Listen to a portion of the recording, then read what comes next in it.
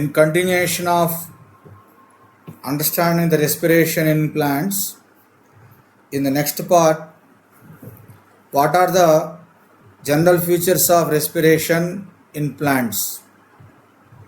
So plants require oxygen for respiration, and simultaneously they release carbon dioxide.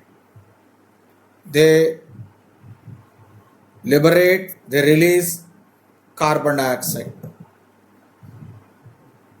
So to get oxygen and release carbon dioxide, plants have systems. Plants have systems to do this process, to ensure this availability of oxygen. In respiration in plants also, plants get oxygen, release carbon dioxide. To do this process, to carry out this process, plants contain definite systems. But not like animals. In plants, no presence of specialized organs. No specialized organs are present for gaseous exchange. Very important point. In plants also, getting oxygen, releasing of carbon dioxide, we call them as gaseous exchange. Unlike animals, in plants, there is no presence of specialized organs for gaseous exchange. But here, the most important point is stomata and lenticels. Stomata and lenticels are involved in the gaseous exchange. They are connected with the gaseous exchange. General aspects of respiration in plants. Now, few more points related to the respiration in plants. When we observe the photosynthesis, in photosynthesis, what happens? In photosynthesis, taking carbon dioxide and release oxygen. In photosynthesis, plants take carbon dioxide and release oxygen. Where it occurs? In the chloroplast of cells, plant cells. Then, what is the result? Food is manufactured. Whatever the food manufactured, it undergo breakdown and releasing energy in cytoplasm as well as mitochondria. Once the food is manufactured, this food undergo breakdown and releases energy in cytoplasm and mitochondria. All these things takes place in green plants or higher plants. Okay. So during the breakdown of complex molecules, in general, we can call them as a food, or we will take it as a carbohydrates. What happens? Breaking of carbon-carbon bonds takes place. When the breakdown of complex molecules, that is called food or carbohydrates, is going on, what happens? Breaking of carbon-carbon bonds or the complex bonds takes place. What is the result? Release of considerable amount of energy. The whole process, the entire process, that is called as a respiration. So in this way, plants exhibit exchange of gases. In plants, exchange of gases occur both in photosynthesis as well as in respiration. In photosynthesis, exchange of gases is for the manufacture of food, whereas in respiration, exchange of gases takes place, for the breakdown of the food, also called complex molecules or carbohydrates. Exchange of gases in the synthesis of food occurs in the process of photosynthesis. Exchange of gases for the breakdown of complex molecules, also called food or carbohydrate, occurs by a process called respiration. In higher organisms, respiration partly occurs in cytoplasm, partly occurs in mitochondria.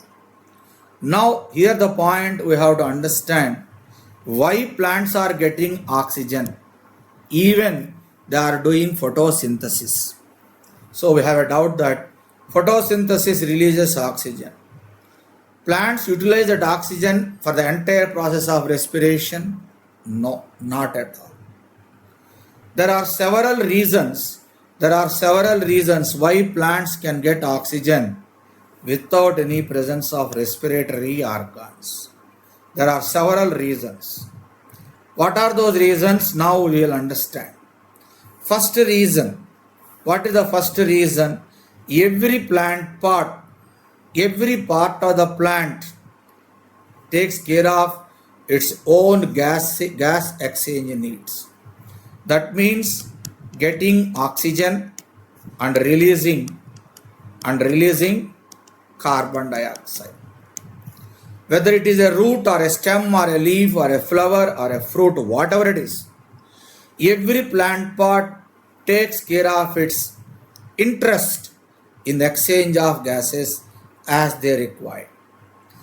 When we observe the rate of exchange of gases from one plant part to another plant, it is a very, very little transport of gases. The exchange of gases from one plant part to another plant part is always occurring less percentage. Very, very less percentage. Okay. This is about the one reason in getting oxygen. So, the exchange of gases from one part to another part occur in less percentage. Because of this reason, every plant part gets oxygen to oxidize, to break the macromolecules, that is the food. Coming to the second reason why plants are getting oxygen. So, plants do not present great demands for gaseous exchange. Like animals have great demands for gaseous exchange. Plants have less demands for gaseous exchange. In this, mostly roots, stems and leaves perform more gaseous exchange. In plants, rate of gaseous exchange is more in roots, stems and leaves. But comparing with gaseous exchange in animals, the rate of gaseous exchange in root, stem and leaves is very, very less. Low rate. Rate of gaseous exchange in root, stem and leaves is very less compared with gaseous exchange in animals. Rate of gaseous exchange in animals is more compared with the gaseous exchange in roots, stems and leaves. Then, out of all these things, root, stem and leaf, which one is having more rate of gaseous exchange? That means leaves. Out of roots, stems and leaves, which one is having more rate of gaseous exchange? Means leaves. What is the reason? Because photosynthesis. Photosynthesis is mostly connected to the leaves. So, during photosynthesis, large volumes of gases exchanged. Exchange of gases is more during photosynthesis. Photosynthesis occur in leaves. So, more volumes of gaseous exchange occur in leaves. Because of this reason, due to this reason, each leaf is well adapted to take care of its needs during gaseous exchange. Leaves exhibit more adaptations for gaseous exchange. We are already discussed in different aspects also. Okay. When all cells perform photosynthesis, there is no problem like this. But cells which are present in the superficial layers perform photosynthesis. That is why availability of oxygen is a important aspect. When cells photosynthesize, availability of oxygen is not a problem, since because every cell contains oxygen. So this is about the another reason for the requirement of oxygen to the plants. So plants do not have great demands of gaseous exchange because every part is having its own gaseous exchange process. And coming to the rate of gaseous exchange, animals exhibit more rate of gaseous exchange compared with root, stem and leaf. Out of root, stem and leaf, which one exhibits more rate of gaseous exchange means leaves. What is the reason? Because leaves exhibit photosynthesis. Leaves perform photosynthesis. So during photosynthesis, in leaves, large volumes of gaseous exchange takes place. To do all these things, leaves exhibit adaptations. To do more rate of gaseous exchange, in leaves, adaptations appears or takes place. And one more thing, when cells perform photosynthesis, so in every cell availability of oxygen is there, so it is not a problem to the cells because of photosynthesis. Now coming to the third reason for getting oxygen in plants, so the distance of transport.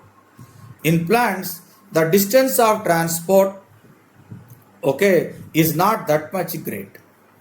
The distance of transport of gases is in large plant, bulky plants is not great. Very, very important point. The distance that gases must diffuse, must transport even in large bulky plants is not great. What is the reason? Every living cell in plant is located quite close to the surface of the plant. Every living cell in a plant is located quite close to the surface of the plant. Because of this reason, there is no great demands of oxygen in plants. That is the one more thing. And one more reason is the living cells are organized in thin layers inside beneath the bark. In woody stems particularly, this condition appears in woody stems. Suppose the stems are woody, large, bulky. Living cells are organized in the form of thin layers inside beneath the bark. We call them as lenticels. Lenticels are present below the bark, which contain living parenchyma cells. They are called as complementary cells. The cells which are present inside are dead and provide only mechanical support. That is the wood, secondary xylem. So most of the cells, majority of the cells in plants, at least a part of the surface in contact with the air. So most of the cells, majority of the cells in plants are in touch with the surface of the plant and get air. That means they get oxygen. Then they also facilitate loose packing of parenchyma cells in leaves, stems and roots, which provide interconnected network of air spaces. So the cells which are present in the outer layers are the cells which are connected to the surface of the plant are facilitated or connected by loose packing of parenchyma cells, which provide interconnected network of air spaces. That's about the reasons. These are the reasons for getting oxygen by plants. Then in respiration, complete combustion of glucose, which produces carbon dioxide, water as end products and yields energy. Most of the energy released during respiration is given out of as heat. So equational understanding, equational presentation it is. During respiration, in the process of respiration, when glucose is completely oxidized or combusted, most of the energy lost in the form of heat only. And some amount is given as energy. Plants utilize this energy to synthesize other molecules as cell requires.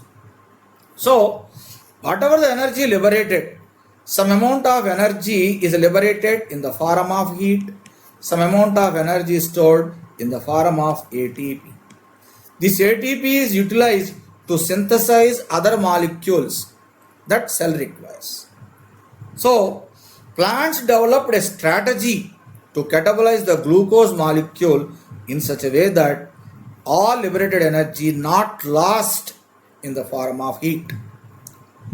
So, how to prevent, how to avoid loss of energy in the form of heat? For that, plants developed a strategy to break the glucose molecule in such a way that whatever the energy liberated, mostly not liberated in the form of heat, they are utilized in the form of ATP. So how it is?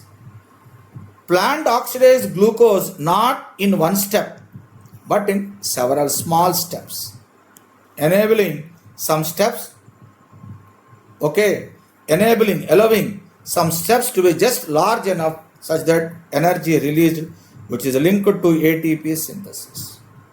This is the complete story of respiration. What happens?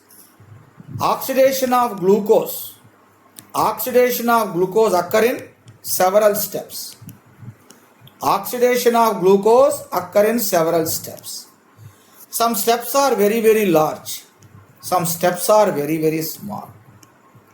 In large steps, energy liberation takes place. In large steps, energy release takes place. This energy release is linked to ATP.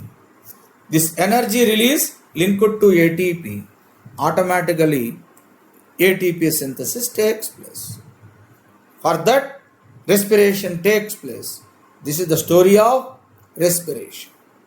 Now, during this process, oxygen is utilized. Carbon dioxide, water, and energy are released as end products. So, during this process, what happens?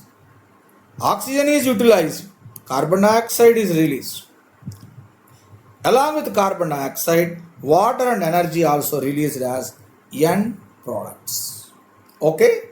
That is another important part of respiration.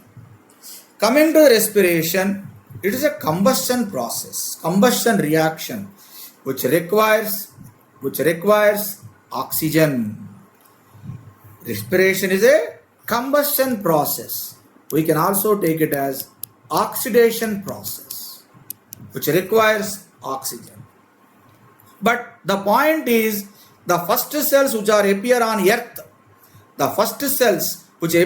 earth, live in an atmosphere where oxygen is not present, where oxygen is absent. The first cells which appear on this planet, here the planet means earth. Planet means earth. The first cells appear on earth live in that atmosphere where there is no oxygen. There is no oxygen. We can call them as, technically, biologically, we can call them as anaerobes. Anaerobes. Even in the present day condition also, some living organisms are always also living in anaerobic conditions. They are adapted to anaerobic conditions. Even among present day living organisms, several living organisms are adapted to anaerobic conditions. Example, yeast, and also some bacteria. Yeast and some bacteria. Okay, that's about the. Then these are called anaerobes. These are named as anaerobes. These organisms are called as anaerobes. So on the earth, what are the first formed organisms? That means anaerobes. From anaerobes, aerobes formation occurs. It is according to evolution. Origin of aerobes. Right? When observe the anaerobes can live either in present anaerobes, generally anaerobes does not require oxygen. Anaerobes does not require oxygen, but some anaerobes can live in the presence of oxygen also. Okay? Anaerobes does not require oxygen, but some anaerobes live in presence of oxygen also. They call it as facultative anaerobes. So facultative anaerobes, they live in oxygen environment. They live in oxygen environment, but does not require oxygen. Does not require oxygen for respiration. So these are called as a facultative anaerobes. But some anaerobes strictly live in the non-oxygen environment. These are called obligate anaerobes. Obligate anaerobes. Obligate anaerobes. What is the meaning of obligate anaerobes? These organisms live strictly. These organisms live strictly in the atmosphere where there is no oxygen. No oxygen environment. There only they can live. In any case, whatever it is here, whether it is aerobe or anaerobe, living organisms retain enzymatic machinery to partially oxidize glucose with the help of oxygen. So whether the organism is doing respiration either in presence of oxygen or in absence of oxygen, so they should contain, definitely they have enzymatic machinery to oxidize the macromolecules, okay, that is glucose, without help of oxygen. The breakdown of glucose to pyruvic acid, this is called glycolysis. The breakdown of glucose to pyruvic acid, it is called glycolysis. So we are going to understand how it takes place. Now finally, based on the type of based on the requirement of oxygen, in the living organisms, two types of respirations appear. Two types of respirations takes place. Aerobic respiration, anaerobic respiration. Aerobic respiration requires oxygen. It involves glycolysis, pyruvic acid to acetyl coenzyme A, and Krebs cycle, electron-proton translocation. Aerobic respiration involves four phases. Aerobic respiration involves four phases: glycolysis, pyruvic acid to acetyl coenzyme A conversion, Krebs cycle, electron-proton translocation. Electron-proton translocation, also called oxidative phosphorylation. Whereas anaerobic respiration, it involves only two phases. It does not require oxygen. Anaerobic respiration does not require oxygen. It involves two phases. One is glycolysis. Second one is the Krebs cycle. Second one is the fermentation. Anaerobic respiration involves two phases. One is glycolysis, second one is the fermentation. So the common pathway occur both in aerobic and anaerobic respiration, that is glycolysis. This is about the another general understanding related to the respiration. With this, the complete general understanding of respiration is completed. In the next session, we are going to understand the phases of both aerobic respiration and anaerobic respiration.